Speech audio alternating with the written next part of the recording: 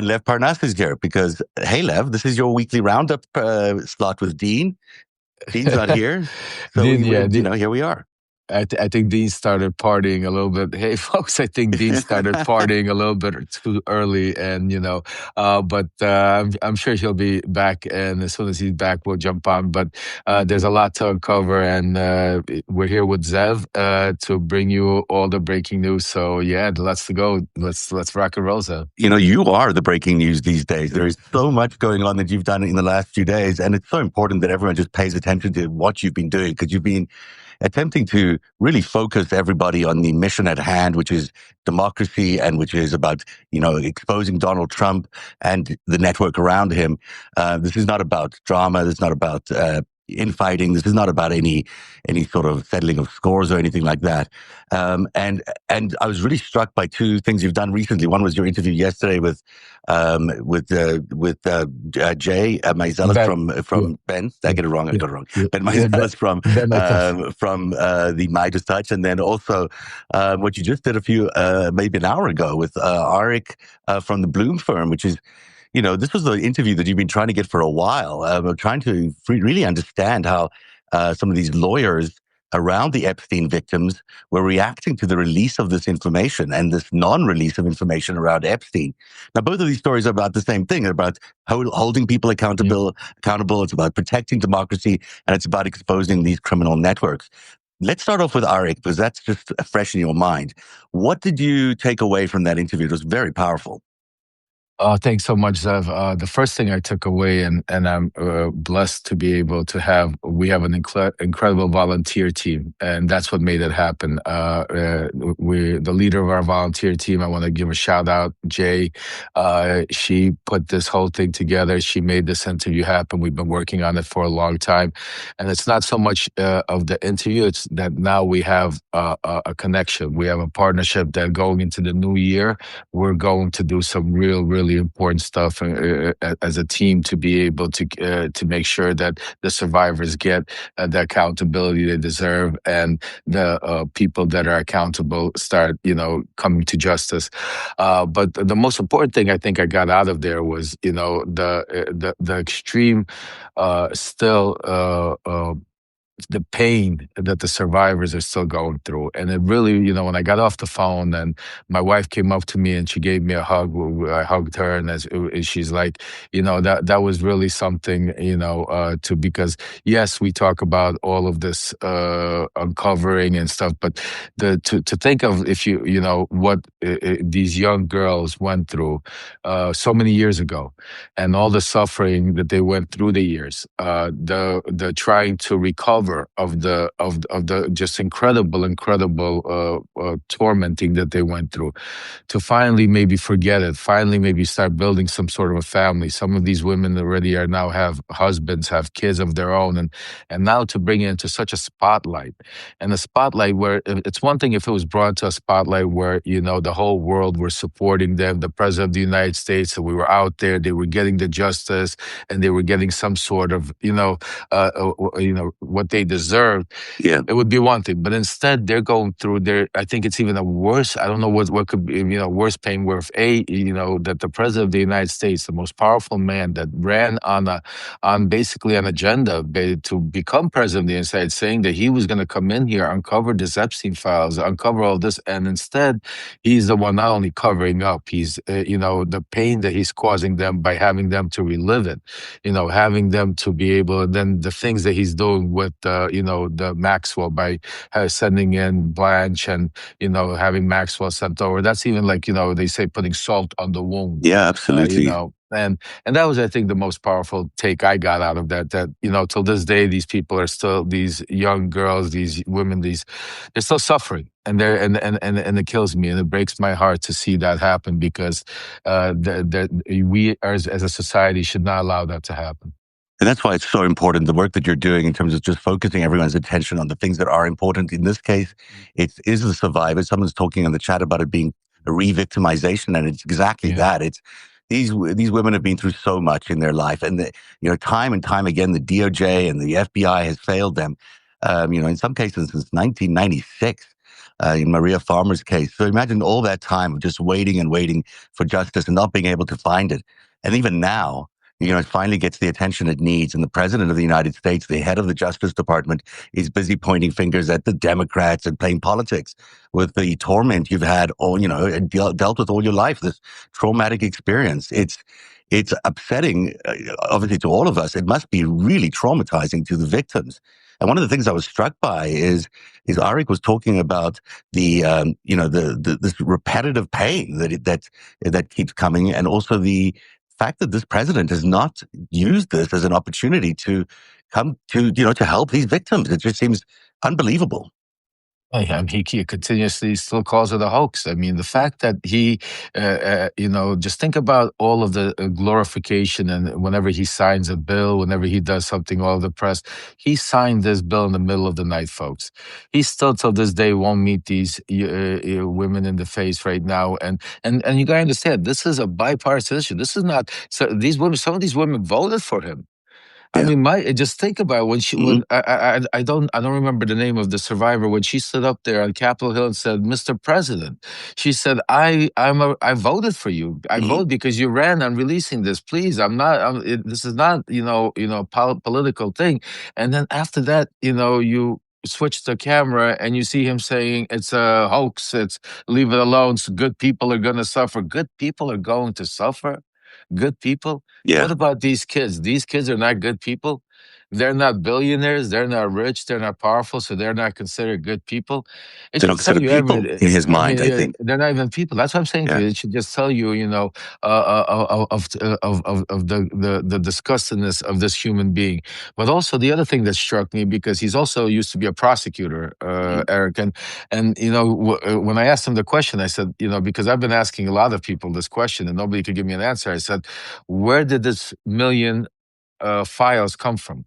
Where did they discover? Was it under some rug? Was it under a rug somewhere? Like, what the hell is going on? They found it in the SDNY, but why it was never shown up before? I mean, who knows? This is a million articles. I mean, this is a voluminous amount. Just think about what we've seen. That wouldn't be even a 1% of. Where was it at SDNY? I mean, let me ask you this. Who's going? How come there's no big press conference saying, "Oh, this is the person that was hiding it. This is who uncovered it." What is going on? Who found it? Who uncovered it? How did they uncover it? Like, what happened? Like, all of a sudden now, after you're supposed to be releasing these files, and this is why I think the biggest thing that is the connection now we have with him and with you, Zev, and with people like Tara and people like Ellie and people like Nick and Dean and Shane and others that are on the team to really expose this stuff. We're gonna help, and we're gonna give them resources they're not even ready for, and especially the way I know him and the way my sources and people inside, when the new year comes, we're really going to team up and put together and make sure that their voices are going to be the loudest, that Donald Trump, he's going to go to sleep hearing their voices. He's going to wake up hearing their voices. He's going to hear their voices through the day until he comes out and he admits this is not a hoax, and he just once and for all, gives these women the due that they're owed and the accountability that should be done.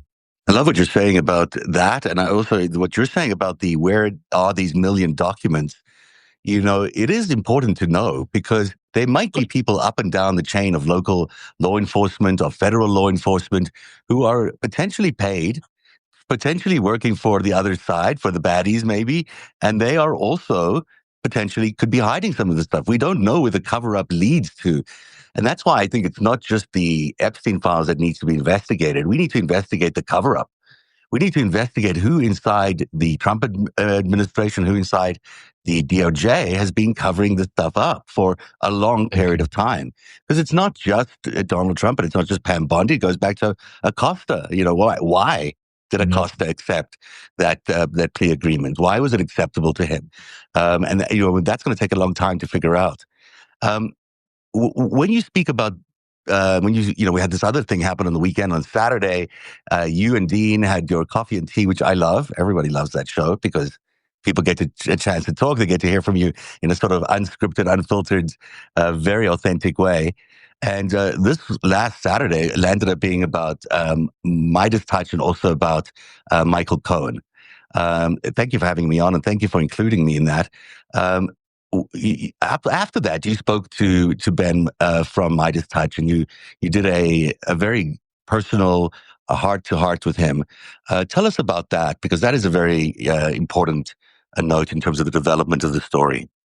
Thank you, Zev. I mean, I think that's extremely important. I'm glad you brought it for everybody to understand. First of all, Midas, Michael Cohen, all of these things are separate issues, and unfortunately, they all got lumped into one because, when my son got involved, when my son was put into a position, I got emotional. I came out, I ranted. A lot of people couldn't really understand, but I think over the past several days, I was able to come out and explain, and that they're all separate situations. My problem with the Midas Touch, and I came out and I made it very clear, and is that they need, as a leader of independent journalists, as somebody that they started out to be able to give voices, they somehow in this whole corporate media or this whole world of theirs, they forgot to give the voices of independent journalists what this platform Substack was all about.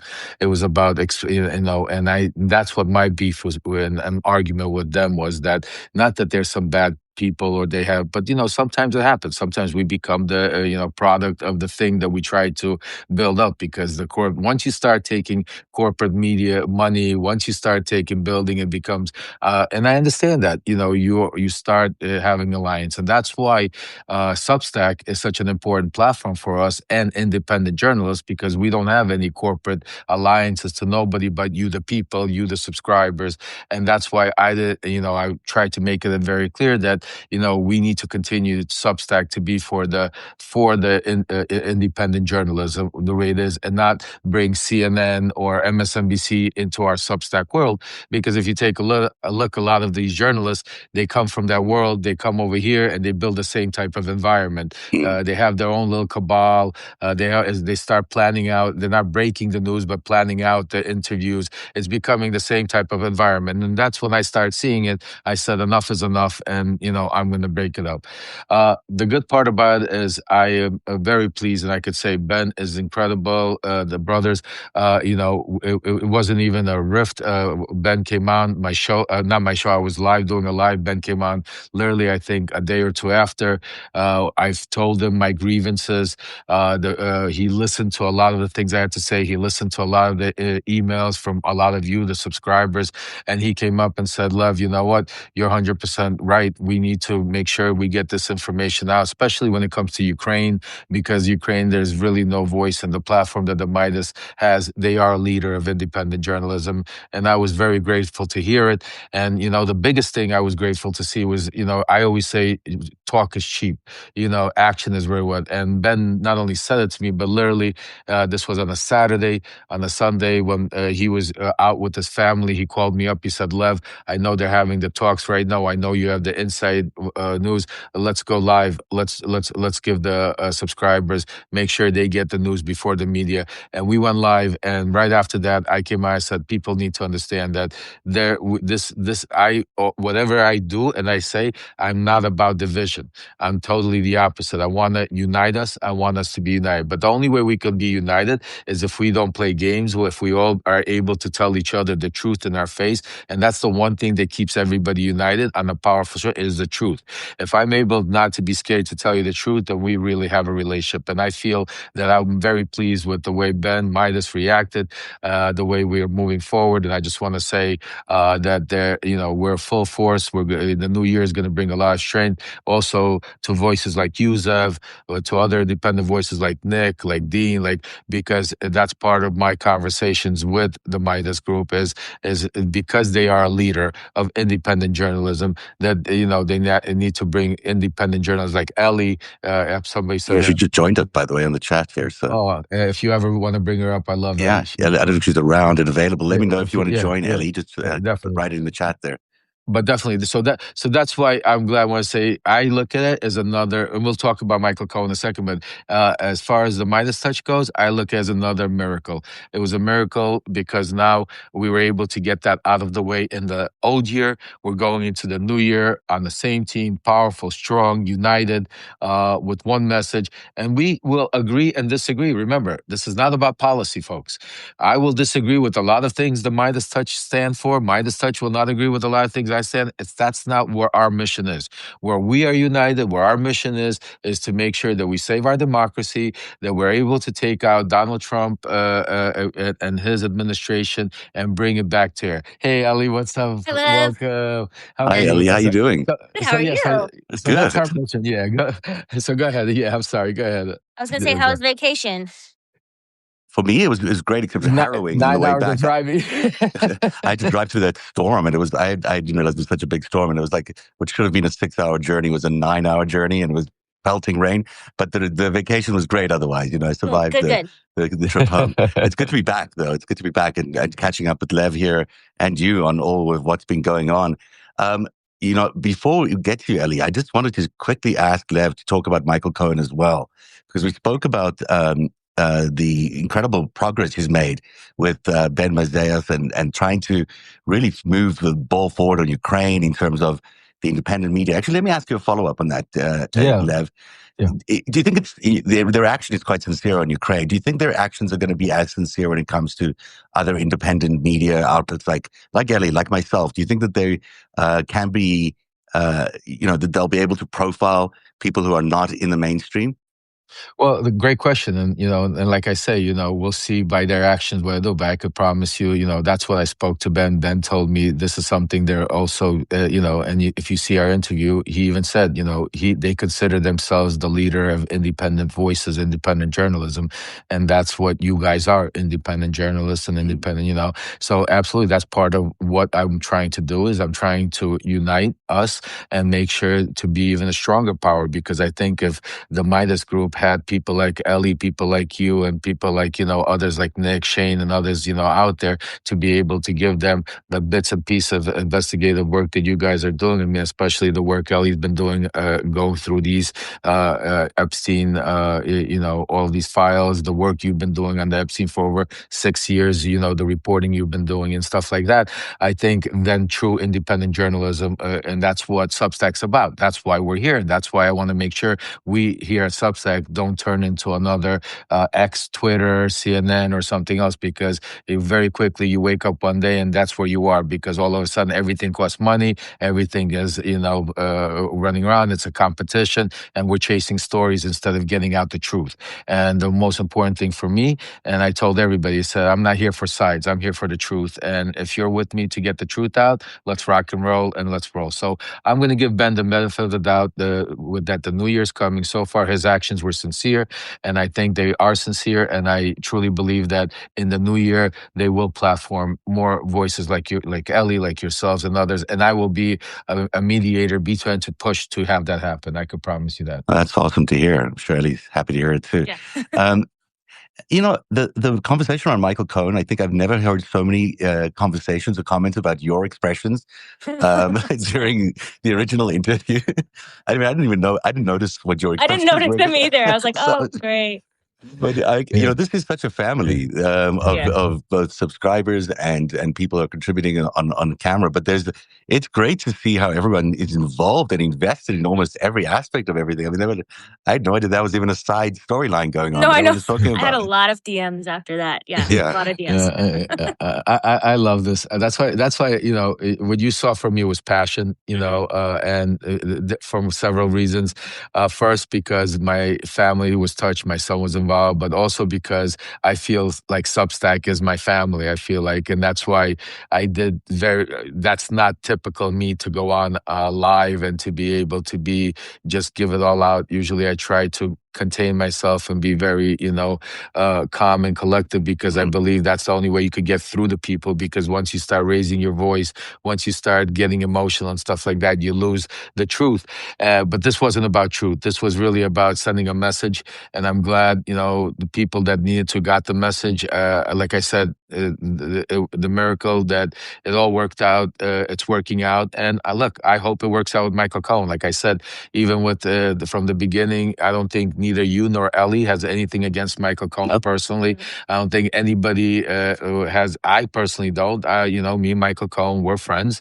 We will work out. Hopefully, one day our details, what happened between whatever that interview, and I don't want to even bring it up. But as far as before we could get to that point, before we could have those conversations, I as a father, as somebody that is not as extremely, for me, that's important. I need Michael to come not, maybe I don't want to use the words come clean or whatever those were, but I want Michael to basically really talk about things that he knows more than he's been talking about. Because like Michael says in his own words, and again, it's not a dumb Michael Cohen in no way, shape, or form, but Michael says in every single time he speaks to everybody is that he has been with Donald Trump for 14 years.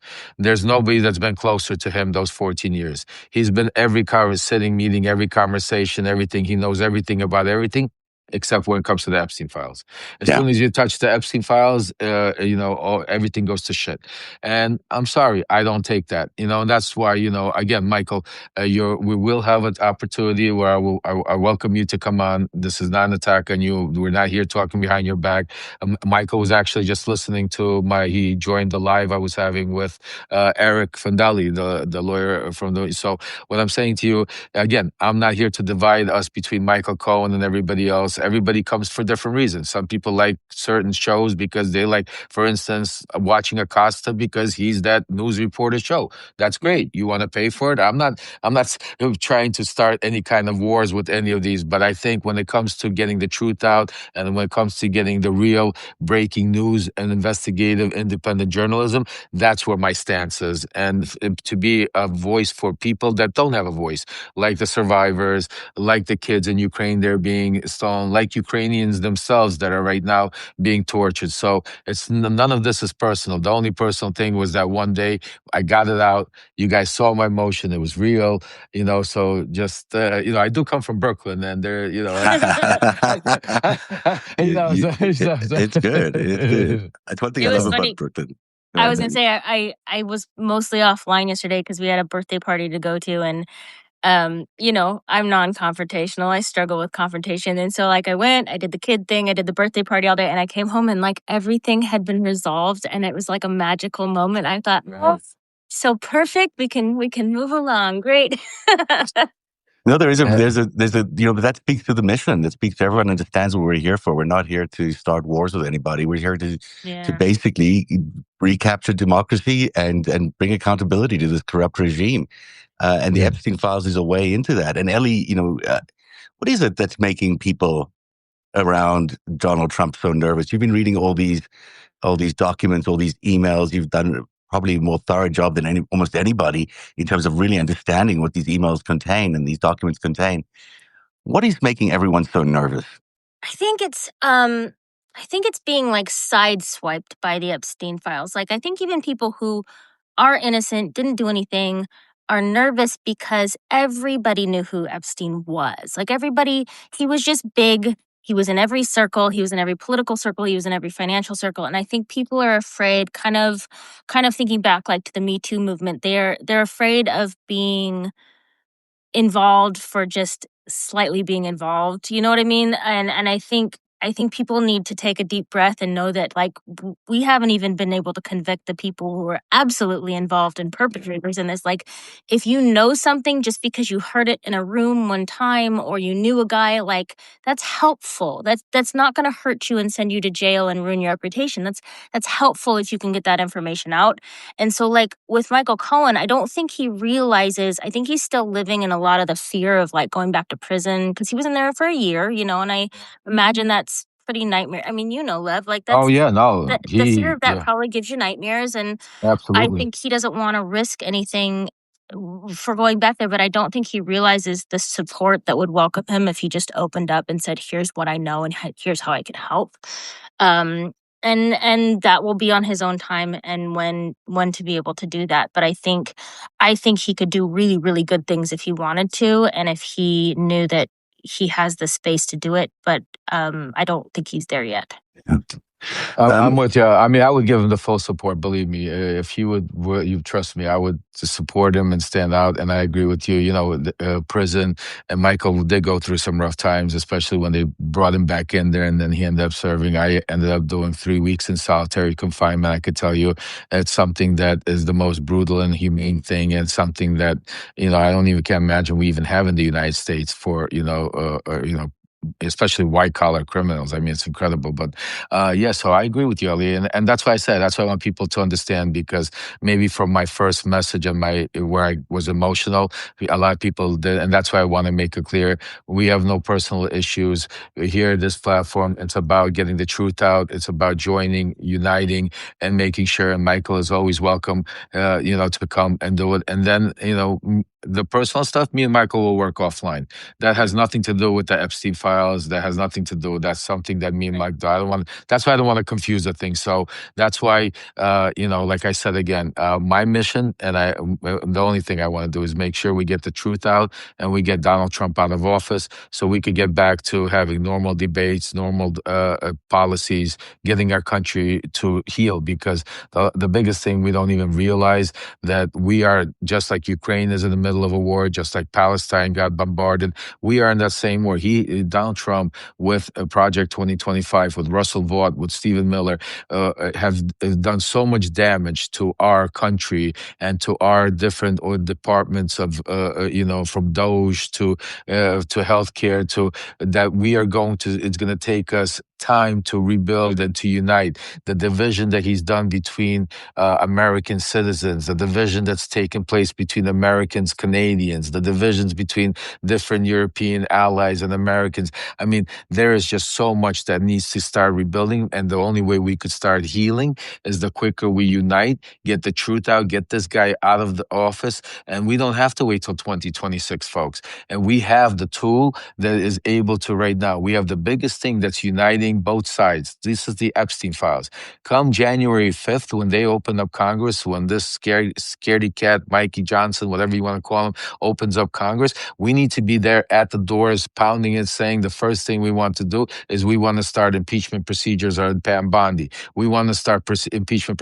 We want to start accountability. You are not, there's a law that President Trump signed into a law, and it's that Congress passed, and it's not being held to. They're not releasing all the files. That should be the number one thing, because yes, we have a lot of important things. Like I always talk about Ukraine, Venezuela, all of these things, rights, but we can't fix any of those things while he's in office. And the one thing we have that we're able to stop this madman right now is we need to all coordinate on what that thing is, and to be able to help all the other missions. The one thing will help everything else if we get up, and we have that thing, and it's called the Epstein files. And unfortunately, these poor young women, young girls, young children that had to suffer, but maybe that's what history is all about. Because of them, we're going to be able to get a tyrant out of office and be able to save our democracy, and that will be the biggest justice and biggest thing that I think they will ever, be able to receive, especially Giffrey in her grave and remembering.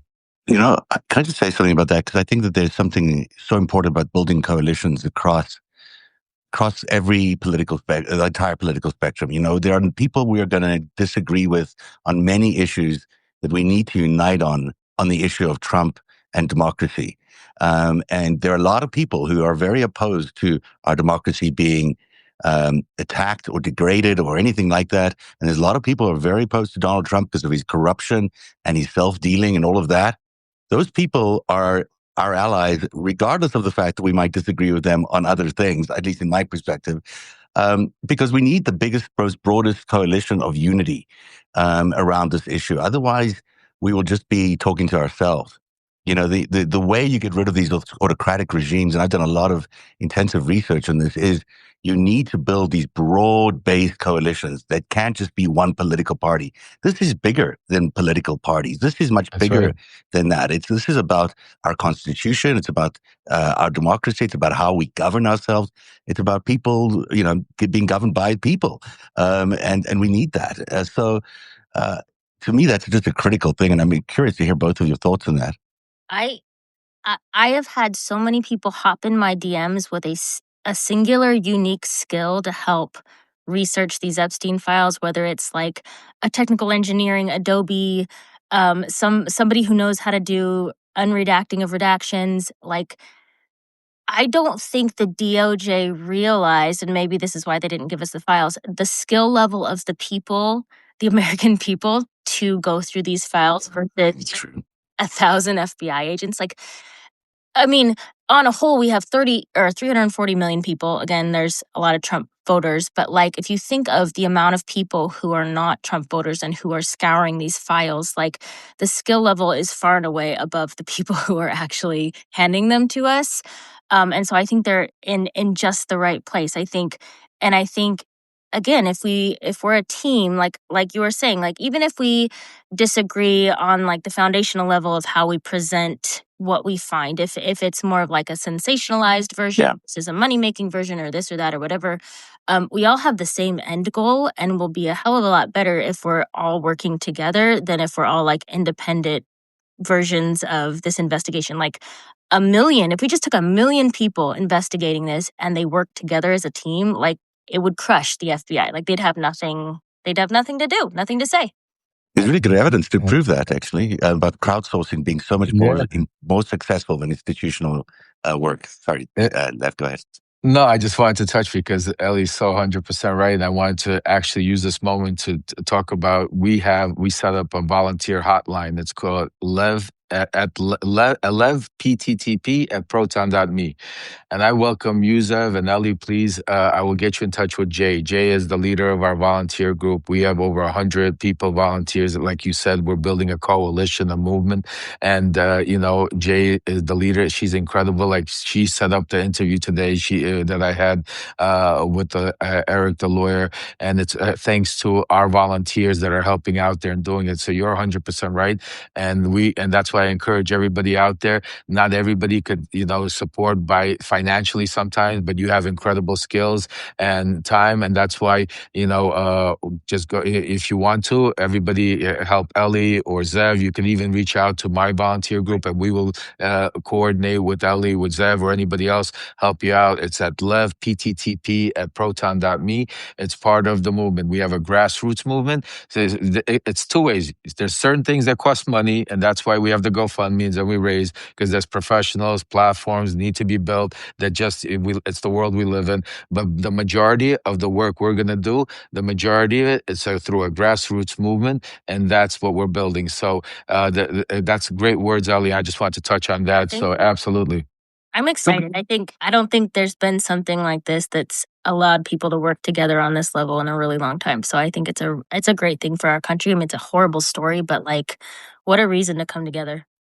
Yeah, I just on the grassroots thing, which is so important, which you just talked about, it's really powerful what you're doing. But I also want to hear about coalition building, Lev. And are you interested in anybody who's opposed to this government? Are you strictly for Democrats, or are you anybody? Absolutely not. No, absolutely. I'm glad you're asked, because I want to make it very clear. Lev Remembers, and I think you guys already realized that with me. I'm for the truth, for the people, for your voices, for our voices, because I'm one of you. I'm not a politician. The difference with me is I'm also not a journalist, and I'm not a pundit. I was actually one of these individuals. I was part of the cult. I was part of making MAGA. I was part of, being sent to Ukraine. I know all of the same people. I have sources all over the world, and I basically made it a mission in my life. My family, my son, my wife, my whole family made it a mission to be able to save our democracy and to do whatever we can. So absolutely, I'm for the truth. If you're here to give me the truth, I don't care if you're Republican, Democrat, if you're independent, I'm here for you. We will join forces and we will get them out. But I'm not here to push anybody's policy. I'm not here to try to make you a Democrat Republican. And that's why I think why my mission and what I'm trying to do is so different than what everybody else out there are out trying to do. Everybody's trying to get the vote from one side to the other. The group of what they don't realize is the group of people we tapped into in 2015, 16, the hardcore mega base will never vote for Democrats. So, there's a different strategy you need to use with that group to get them back. It's like getting a bear back into hibernation. And you really have to know the mindset. With them, we want them to not vote. Not to vote for Donald Trump, not to vote for Republicans, to get upset, to get pissed that he lied to them and go back into hibernation and disappear for another 100 years or whatever, like they've been disappearing. Because that's the group of people, the uneducated, the hardcore right-wing, white supremacist movements that are out there. And that is why I say Marjorie Taylor Greene, very, very important. Be careful, because she's trying to take over that group and call it now the America movement, instead of the MAGA first. But with that said, I'm open to everybody as long as we're there on the same side to get the truth out, to be able to get unify our country and stop division. Let's get into the news because we didn't get a chance to yet, and it's already 1:47. So let me ask you about the talks between Zelensky and Trump that went on in Mar-a-Lago. This seems to be the foreign affairs week at Mar-a-Lago, where they're sort of speed dating through peace deals. I mean, it's Trump trying to project strength around the world. He's right now, I think, meeting with Netanyahu. But your insight into Ukraine is so important, and also I'd love to hear about Alexander and see how he's doing. But just the general, do you think that this is becoming more of a legitimate peace process? Or are we still in fake talking territory? Absolutely. Still, like they say fake news, I say fake peace talks. I've written, actually, that's one of the things why me and Ben went live yesterday, because like I said, it was such an important, before they even had Zelensky met with them, I spoke to some of my sources, and basically what I was being told that this meeting was going to be, again, plain nothing burger. The little twitch in it is that the blatantly phone call with Putin, I couldn't even imagine that they were going to do that so openly and blatantly, but Putin was wanted to make sure to give Trump his walking orders, that Trump doesn't go off script because of what was important. And what the most important thing that's being played out is not a peace deal, but a prolonged, and that's why I call them, Donnie, 2 weeks. Yeah, as you heard it, another 2 weeks. We're now prolonging it because we could go into some of the disgusting things that he said on stage by saying that Russia really wants Ukraine to be to succeed. But in that he said something very important, which I've been writing about, and you've been talking about, Zev, and Ellie's been reporting on, is that the financial component, the restructuring, how he said, he goes, of course Russia is going to be involved in rebuilding Ukraine. Are you kidding me? After destroying it, of course they're going to be like, who else is going to build it? Like a resort. Right. That'll be the next. What I'm saying to you.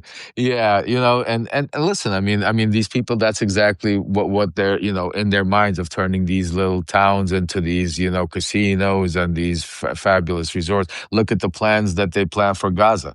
I mean, I know we don't have a lot of time to talk about everything. That's why Netanyahu is in here, because it's the same players. You got, what's his name? Kushner. The only reason Kushner is involved, Kushner doesn't have no geopolitical, brain set. I mean, Steve Witkoff has no geopolitical understanding either. These people are businessmen. They know how to chop something up, how to play real estate. Real estate deals, exactly. And now they're getting into a bigger, the minerals, oil, gas, to different world. And that's why they have Kirill Dmitriev. That's why I kept mentioning Kirill Dmitriev, that name. And he's not just, you watch how he plays that. Now he's out there, because there's a reason he was running Russia's wealth fund. There's a reason MBS, Saudi Arabia. Just think about it. It's the same name, same characters that we keep mentioning that are circling around, that are basically forming an axis of evil, an axis of power, whatever you want to call it, to basically turn our world upside down. And it all has to do with all with money, power, extortion, and all of these people will go to any extreme to get it done. When you think about it, you've got Zelensky negotiating with the American president, not with Putin, and then the American president goes back and tells the Russian president what's going on, and then feeds back that information back to Zelensky through a filter. But Putin is laughing at this. He's got the American president negotiating about a peace deal that he's not really a party to.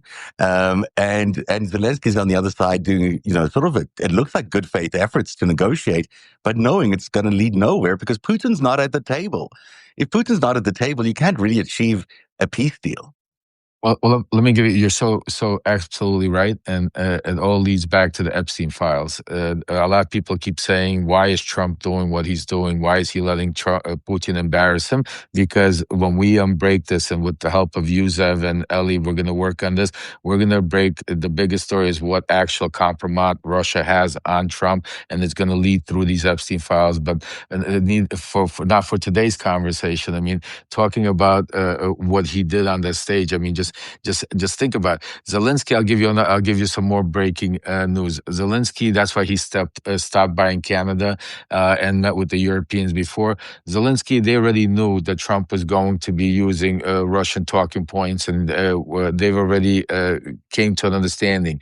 Zelensky is now being very strategic and basically now agreeing to everything Trump basically in Russia wants, with one caveat that you have to hold a referendum, that it's the people's voice. And Trump can't go. That's why you heard Trump get a little bit confused with that, because that's where Zelensky was very smart in doing that. Because if you take a look, to be able to hold a referendum is like holding an election.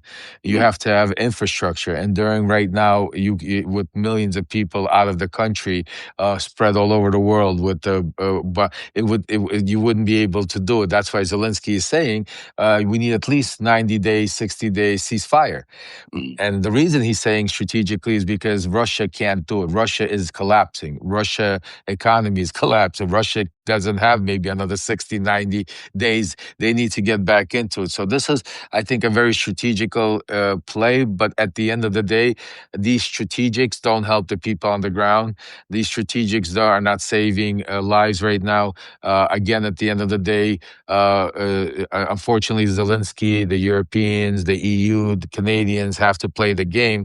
But again, the winner of the game right now is Putin, because he got another delay. With every delay is basically the Ukrainians can't attack Russia the way they would attack Russia. They wouldn't, and that's what the big game. That's why the story on Ben Meiselas, what me and Midas spoke about, was prior to the meeting, is that Zelensky would rather. Yes, they want American support, but they want real American support, not camouflaged as, and then being actually, sidestepping him and sidetracking him. So that's where we're at with that.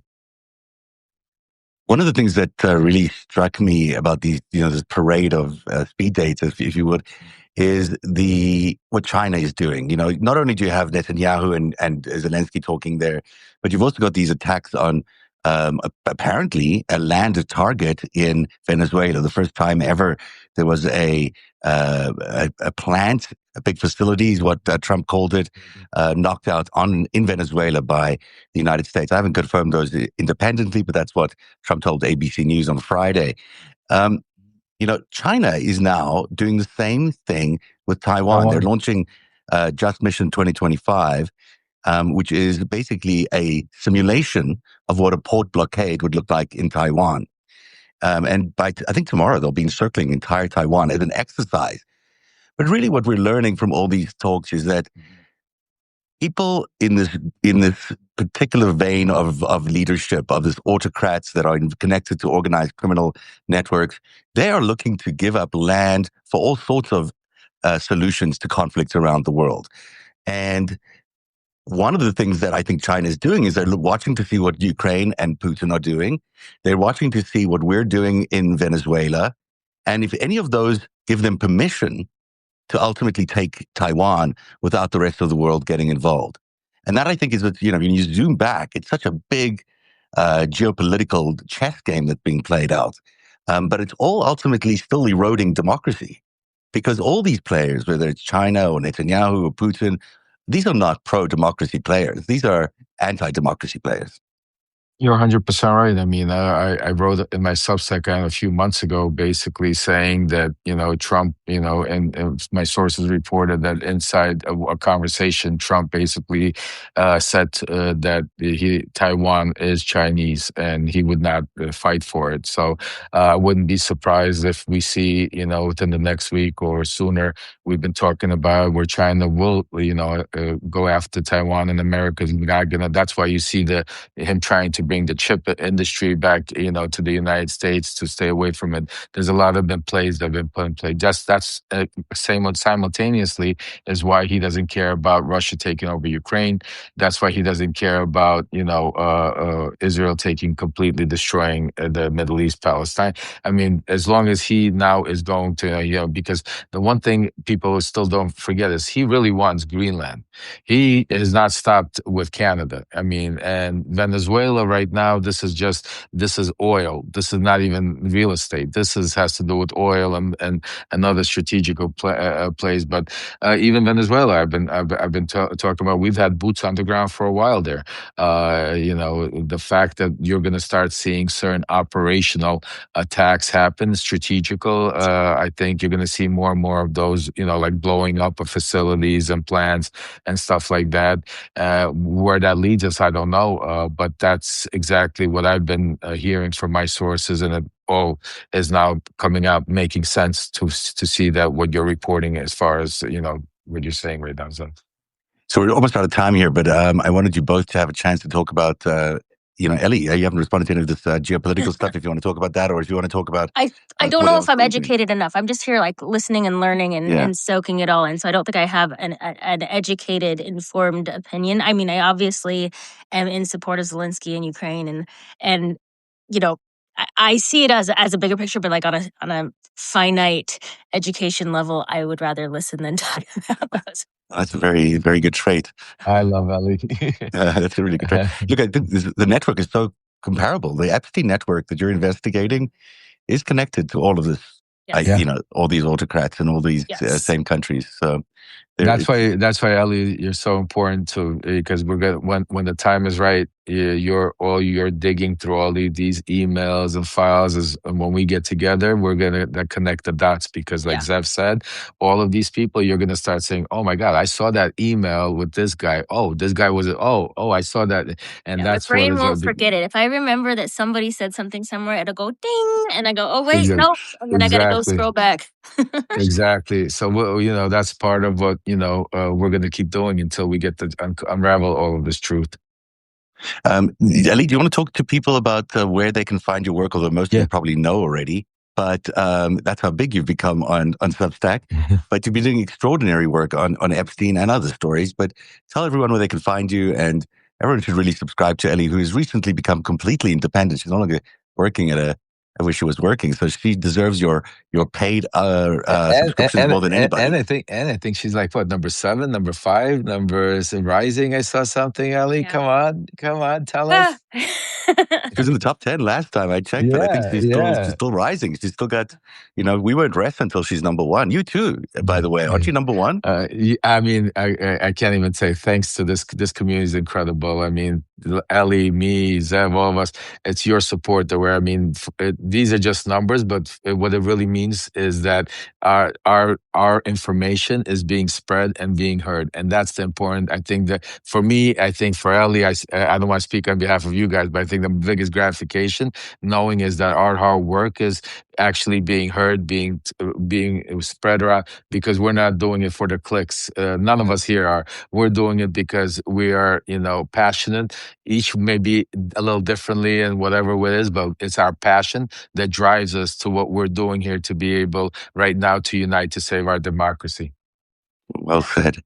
Ellie, do you want to say? Yeah. Well, I was going to say, like, I think as I've grown, the cool feedback I get from like the algorithm is I start to see other really great independent journalists that I wouldn't have seen before. And so then I can like forward along their work and kind of grow this community. So that's a really, really good kind of side story of all of it. But if you guys want to find me, I'm the Panicked Writer. I used to be the Panicked Unpaid Writer, but you guys changed all that, which is really incredible. I quit my job, so my kids go back to school on the 5th, and then I'm just going to be incessant and do this full time.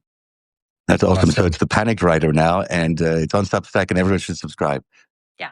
Absolutely. Absolutely. Thanks, guys. And you too. Subscribe to Zev and Lev. 100%. Growing this community, and it's a lot of fun too. So, hang out. Well, you know what I say, guys? The easiest way is go up there, hit that little button. That's a great button up there. And all three of us are up there, and subscribe. Subscriptions are for free. That's the first thing. Those of you that want to go the extra mile and become paid subscribers and support our work, and because you're blessed enough to be able to pass it on, this is what we live off, and we are completely grateful, and we thank you, and God bless you. But those of you that can't, still subscribe, because the information is important, the algorithms are important, and we need you to spread it and build a community.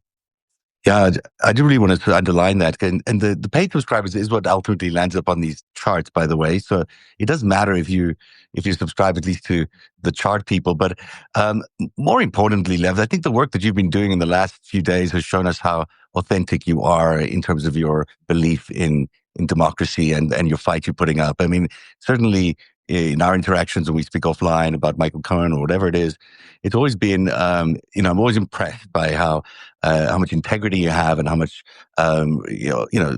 commitment to the mission you have, and you're determined to stick to it. And some of it's uncomfortable. Some of it's not the most comfortable stuff to do, but Lev Parnas is the real deal, in my opinion. And everyone should subscribe to him if you haven't yet, at Lev Remembers. It's a fantastic newsletter, and also full of news from the most unbelievably placed sources. So it's a huge recommendation. Everyone should absolutely subscribe to Lev Parnas. Please subscribe to Zev Shalev, because he's working on The Greatest Heist, and he is on his book too. And I always say it's like the yin to my yang, because I don't know the financial side. I don't know the history. You've been doing this for years. I've been doing this since July. So I have gotten a master's in JP Morgan from you, and learning the whole financial background of this Epstein story, which then helps my research and what I'm doing and make it make more sense. So I'm really grateful for that. But you guys should follow along, because he has it down to the minutia about what happened with the history of the Epstein files and the finances and Russia and everything that we should already know, but we don't, because we weren't allowed to have that information. So so nice of you. Thank you, Ellie. Thank you, Lev. I'll second that. We were meant to do a 5-stack today. I don't know if it's going to happen, but this sort of replaced the 5-stack, and it replaced the weekly roundup with Dean. I hope Dean's, probably just sleeping in a little. We missed you, Dean, so come back soon. Yeah. And thanks, you guys. Thanks for a great hour. Great to catch up with you guys. Take care, guys. Have a great one. Guys. Bye. Bye. Have a great day. Bye, everybody.